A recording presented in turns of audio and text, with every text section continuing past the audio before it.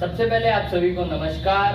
तो आज हम पढ़ने वाले हैं बेसिक कॉन्सेप्ट्स ऑफ ट्रिग्नोमेट्री। अगर आपको इस चैप्टर के बारे में जानना है तो कृपया करके इस वीडियो को लास्ट तक जरूर देखें, और अगर आपको ये वीडियो पसंद आई तो हमारा चैनल सब्सक्राइब कर लें और इस वीडियो को लाइक कर दें। और अगर आपको और भी वीडियोस देखनी है मैथ्स के ऊपर, केमिस्ट्री के ऊपर, साइंस के ऊपर, तो आप हमारे चैनल पर जाकर वो देख सकते हैं। तो आज हम जानने वाले हैं कि बेसिक से क्लास 10th से स्टार्ट करेंगे कि ट्रिग्नोमेट्री क्या होती है, क्लास 10th लेवल की, यानी कि स्टार्टिंग जहाँ से होती है ट्रिग्नोमेट्री के वहाँ से स्टार्ट करेंगे और 11th 12th तक ट्रिग्नोमेट्री को लेके जाएंगे अपने नेक्स्ट लेक्चर्स में। तो आज हम देखने वाले हैं बेसिक कॉन्सेप्ट ऑफ ट्रिग्नोमेट्री। तो इससे सबसे पहले हम जान लेते हैं कि फादर ऑफ ट्रिग्नोमेट्री कौन है। फादर ऑफ ट्रिग्नोमेट्री एक साइंटिस्ट हैं जिनका नाम है हिपार्कस। ये है हमारे फादर ऑफ ट्रिग्नोमेट्री। ये ग्रीक साइंटिस्ट हैं और इनको हम ये ग्रीक मैथमेटिशियन एंड एस्ट्रोनॉमर्स भी हैं। यानी कि एस्ट्रोनॉमर्स वो होते हैं जो प्लैनेट्स की स्टडी वगैरह जो करते हैं वो एस्ट्रोनॉमर्स कहलाते हैं। इन्होंने क्या है, अर्थ और मून के बीच की डिस्टेंस को बहुत ही एक्यूरेट बताया था। एक्यूरेटली इन्होंने डिस्टेंस को फाइंड किया था अर्थ की और मून की डिस्टेंस को। सबसे पहले जान लेते हैं ट्रिग्नोमेट्री का मतलब क्या होता है। ट्रिग्नोमेट्री में यहाँ पर हमारा ट्राई और गोनोमेट्री, यहाँ पर ये दो वर्ड हैं। ट्राई का मतलब जो होता है वो होता है हमारा ट्राइंगल, और गोनोमेट्री का मतलब होता है मेजर। ये ट्रिग्नोमेट्री जो वर्ड है वो एक ग्रीक वर्ड है, और इसको अगर मैं दो वर्ड्स में डिवाइड करता हूँ तो उसका जो हिंदी में इंग्लिश में मतलब जो होता है वो ट्राइंगल और मेजर्स। यानी कि अगर हम यहाँ से डेफिनेशन बताना चाहें ट्रिग्नोमेट्री की, तो ट्रिग्नोमेट्री एक ब्रांच होती है मैथमेटिक्स की जिसमें हम ट्राइंगल्स के मेजर्स के बारे में पढ़ते हैं। यानी कि ट्राइंगल्स के मेजर्स कौन से हो सकते हैं, ट्राइंगल्स की साइड्स को मेजर करते हैं, ट्राइंगल्स के एंगल्स को मेजर करते हैं। तो वो जिसकी ये इन सब बातों की जो स्टडी करते हैं वो हम ट्रिग्नोमेट्री के अंडर करते हैं। तो इसके बाद हम जान लेते हैं एंगल क्या होता है, क्योंकि एंगल अगर हमें पता होगा तभी हम ट्रिग्नोमेट्री आगे अपनी पढ़ पाएंगे। तो एंगल क्या होता है, मान लेते हैं कि ये रे है, इसको इनिशियल साइड कहता हूं मैं, और एक ये रे है, इसको कहता हूं मैं फाइनल साइड, या फिर इसको मैं टर्मिनल साइड भी कह सकता हूं। तो जो रोटेशन होगा इनिशियल साइड से फाइनल साइड तक रोटेशन, वही रोटेशन हमारा थीटा से हम रिप्रेजेंट करते हैं, और वही हमारा क्या कहलाता है, एंगल कहलाता है।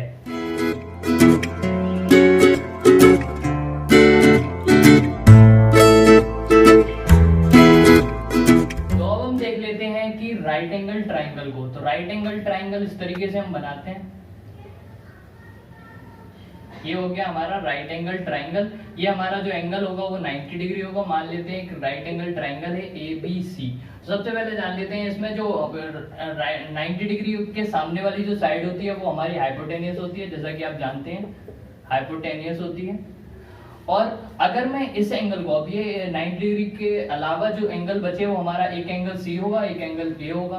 अगर मैं इस एंगल को लेता हूँ थीटा, इस एंगल को कंसीडर करता हूँ, तो इस एंगल से क्या होगी, इस एंगल के सामने वाली जो साइड होगी वो हमारी परपेंडिकुलर कहलाएगी, और जो बची हुई साइड है वो हमारी बेस कहलाती है। और अगर मैं इसी राइट एंगल ट्राइंगल को ले लेता हूँ ABC, तो ये हमारा राइट एंगल ट्राइंगल होगा, 90 डिग्री होगा, ये हमारी हाइपोटेनस हो जाएगी। अगर मैं इस एंगल को, एंगल A को अगर थीटा मानता हूं, तो इसके सामने वाली जो साइड होगी वो परपेंडिकुलर होगी, और जो बची हुई साइड होगी वो बेस होगी। ये आप ध्यान रखें। अब इसके बाद जब हमने राइट एंगल ट्राइंगल पढ़ा, वो पढ़ लिया है, तो हम इसको कैसे जोड़ सकते हैं, पाइथागोरस थ्योरम। पाइथागोरस थ्योरम ये इस चैप्टर का पार्ट नहीं है, लेकिन ये हमेशा कहीं भी यूज आ सकती है। तो पाइथागोरस थ्योरम जो होती है वो होती है हमारे हाइपोटेनस का square is equals to perpendicular का स्क्वायर प्लस बेस का स्क्वायर। अगर हमें परपेंडिकुलर बेस दे रखे हो तो हाइपोटेनस निकाल सकते हैं, अगर हमें हाइपोटेनस परपेंडिकुलर दे रखा हो तो बेस निकाल सकते हैं, और हमें हाइपोटेनस बेस दे रखा हो तो परपेंडिकुलर। इस थ्योरम से हम निकाल सकते हैं। इसके बाद जान लेते हैं थोड़ा सा इसका मतलब, PVP HHB, इसका क्या मतलब होता है। इसको हम आगे ट्रिग्नोमेट्री में यूज करने वाले हैं, तो इसकी एक ट्रिक आप जान लीजिए। इसको हम लिख सकते हैं प्रशांत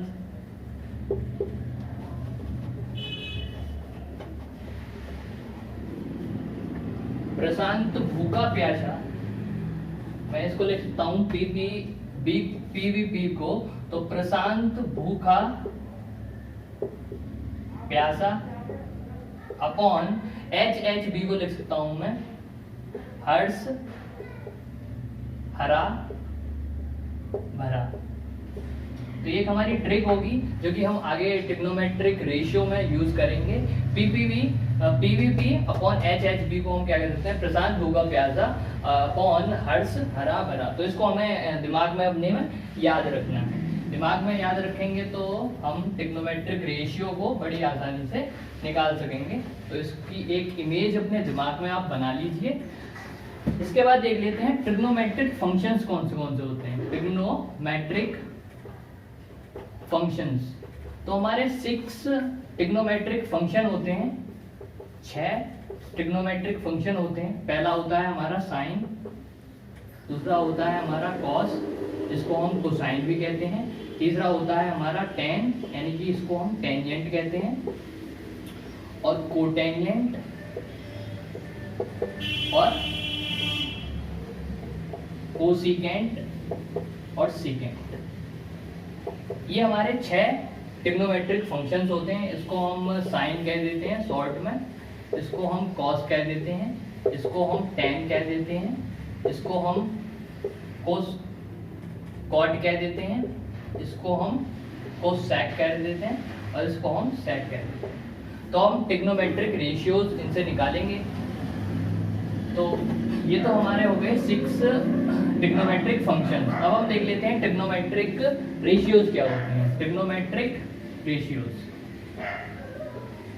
तो ट्रिग्नोमेट्रिक रेशियोज निकालने के लिए सबसे पहले मैं क्या करूंगा, एक राइट एंगल ट्राइंगल बनाऊंगा, क्योंकि ट्रिग्नोमेट्रिक रेशियोज जो निकालूंगा वो मैं राइट एंगल ट्राइंगल से ही निकालूंगा। हाइपोटेनियस परपेंडिकुलर बेस मैंने बना दिया।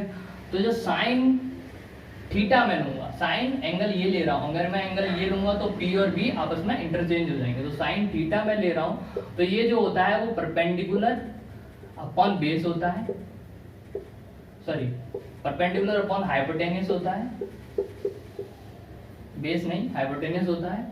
cos थीटा अगर मैं लूं तो शॉर्ट में लिख देता हूं मैं पी एच बी की तरह से। तो ये जो होता है हमारा ये बी अपॉन एच होता है, यानी कि बेस अपॉन हाइपोटेनियस होता है।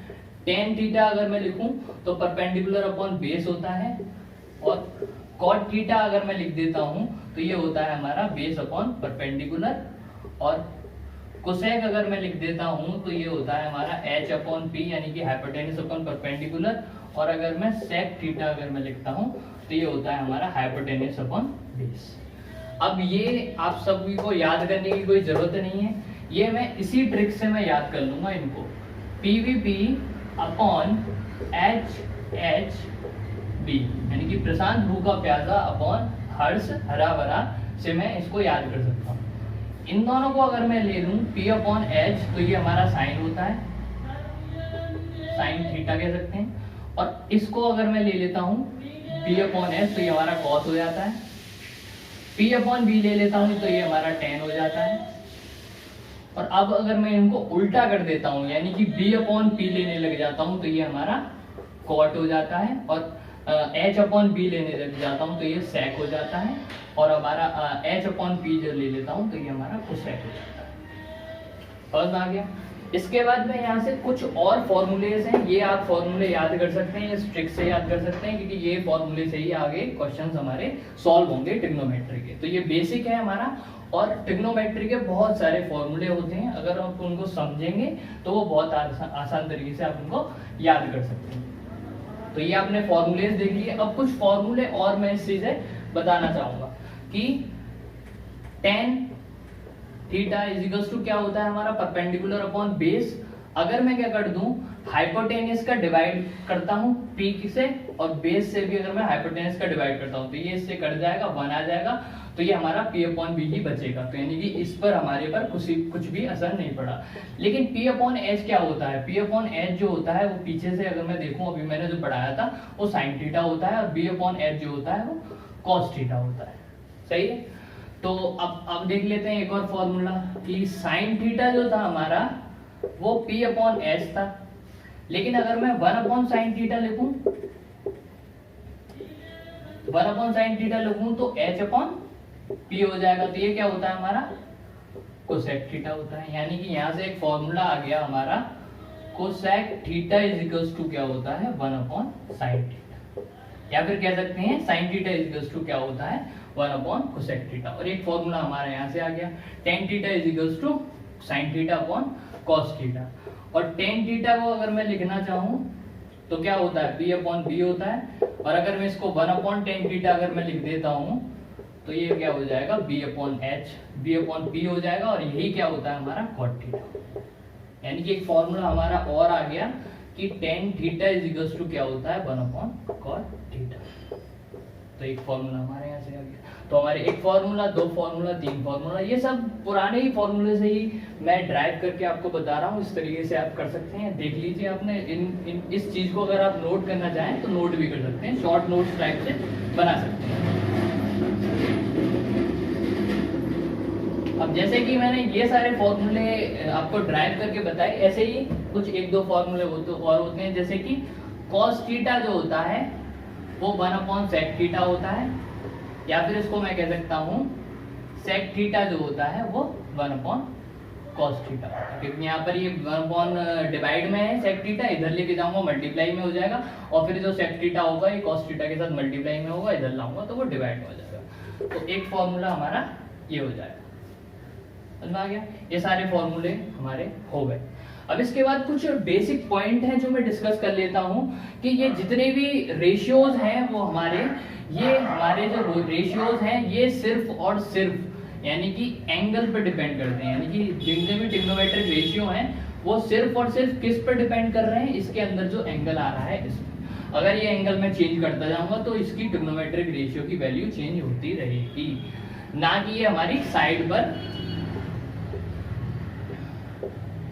अगर मान लेता हूं ये मैं थीटा एंगल ये है, एंगल तो हमारा सेम है, तो एक पॉइंट में मानता हूं यहाँ पर P है, और एक पॉइंट में मान लेता हूं यहाँ पर A है, और यहाँ से अगर मैं परपेंडिकुलर डालता हूं इस लाइन पर और इसके भी परपेंडिकुलर डालता हूं, यानी कि ये भी 90 डिग्री होगा, ये भी 90 डिग्री होगा। ये पॉइंट मान लेता हूं मैं MN। अब मैं इस ट्रायंगल में अगर देखूं, इसको मान लेता हूं O, तो POM ट्रायंगल में देखूं तो थीटा तो हमारा थीटा ही है, और ये कितना है 90 डिग्री है, तो ये एंगल कुछ होगा। ये एंगल क्या होगा, ये एंगल हमारा होगा कोई एक ट्रायंगल होता है, उसके सारे एंगल्स का सम क्या होता है 180 डिग्री होता है। तो ये क्या हो जाएगा हमारा थीटा प्लस 90 डिग्री प्लस ये P वाला जो एंगल है इज इक्वल्स टू 180 डिग्री हो जाएगा, और angle P is equals to हो जाएगा 180 degree minus 90 degree plus theta, समझ में आया। तो ये हमारा ये वाला एंगल हो जाएगा। अब अगर मैं एक ट्रायंगल में बात करूं AON में, तो AON में ट्रायंगल में बात करूं तो एक तो हमारा ये थीटा है एंगल, एक ये एंगल है 90 डिग्री, और अगर मैं ये एंगल निकालूं तो ये एंगल भी अगर आप निकाल के देखें इसी मेथड से, तीनों एंगल का सम 180 डिग्री करके, तो ये एंगल भी हमारा क्या आएगा सेम आएगा। एंगल A जो आएगा वो हमारा 180 degree minus 90 degree plus theta ही आएगा।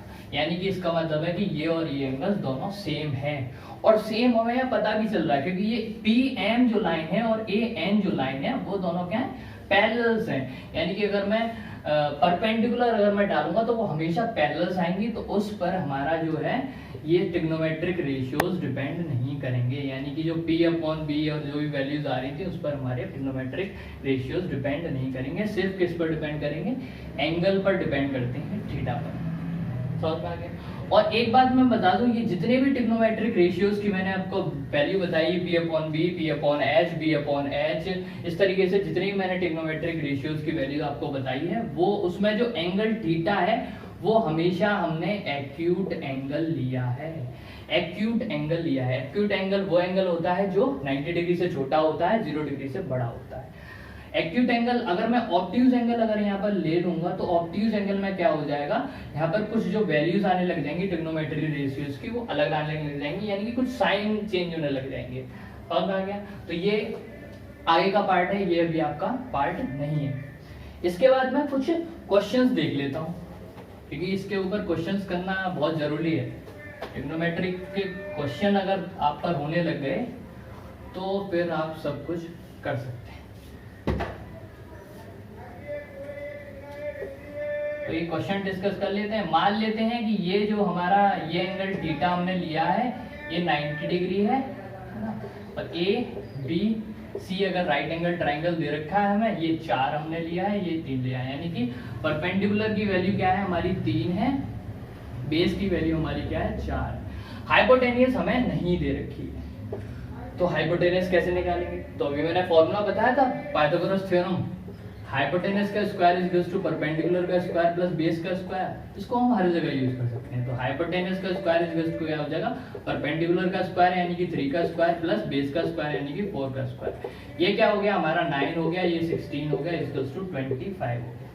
अब यहाँ पर H square is equals to 25 हो गया। स्क्वायर होता है उधर लेके जाते हैं, यानी कि स्क्वायर को अगर मैं कन्वर्ट करूंगा आरएचएस में लेके जाऊंगा तो ये रूट हो जाएगा, यानी कि स्क्वायर रूट में कन्वर्ट हो जाता है। अगर इसका स्क्वायर रूट में सॉल्व करूं तो इसके पहले फैक्टर करूंगा, 5 into 5 हो जाएगा। इसको मैं लिख सकता हूँ 5 स्क्वायर, इस स्क्वायर से ये रूट हट जाएगा यानी कि 5 आ गई।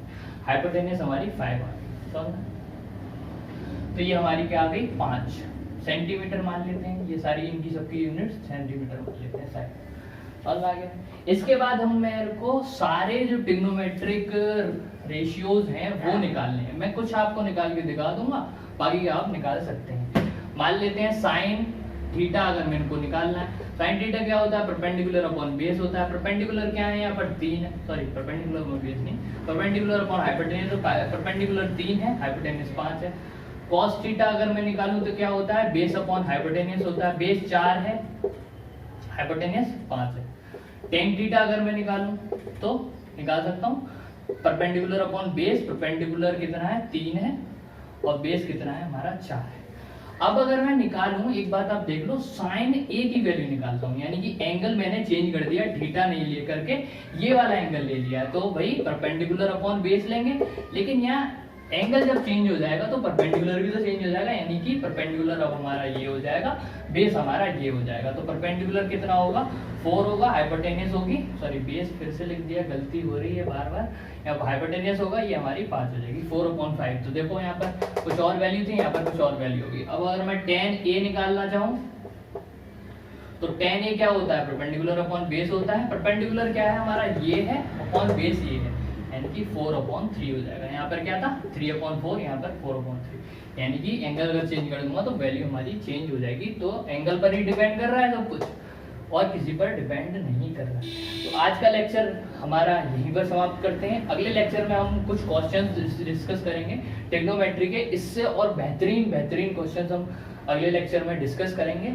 और उसके बाद एंगल्स के बारे में पढ़ेंगे, यानी कि साइन 0 डिग्री की वैल्यूज क्या होती हैं, साइन 90 डिग्री की वैल्यू क्या होगी, 45 डिग्री की वैल्यू क्या होगी, यानी कि एंगल्स को मैं डिग्री में यहाँ पर डालता चलूंगा। तो इन सब की ट्रिग्नोमेट्री फंक्शंस की हम वैल्यूज वहाँ पर निकालना सीखेंगे, और उसके भी कुछ क्वेश्चंस होते हैं वो हम सीखेंगे। इसके आगे हम हाइट एंड डिस्टेंस के क्वेश्चन सीखेंगे, और फिर 11th में आ जाएंगे। 11th में अपने बहुत अच्छे क्वेश्चंस करेंगे। तो थैंक यू, धन्यवाद। अगर आपको हमारी ये वीडियो पसंद आई हो तो कृपया करके हमारे चैनल को सब्सक्राइब कर सकते हैं। अगर पसंद आई हो तभी करना, और पसंद आई हो तो लाइक भी कर देना। थैंक यू, धन्यवाद।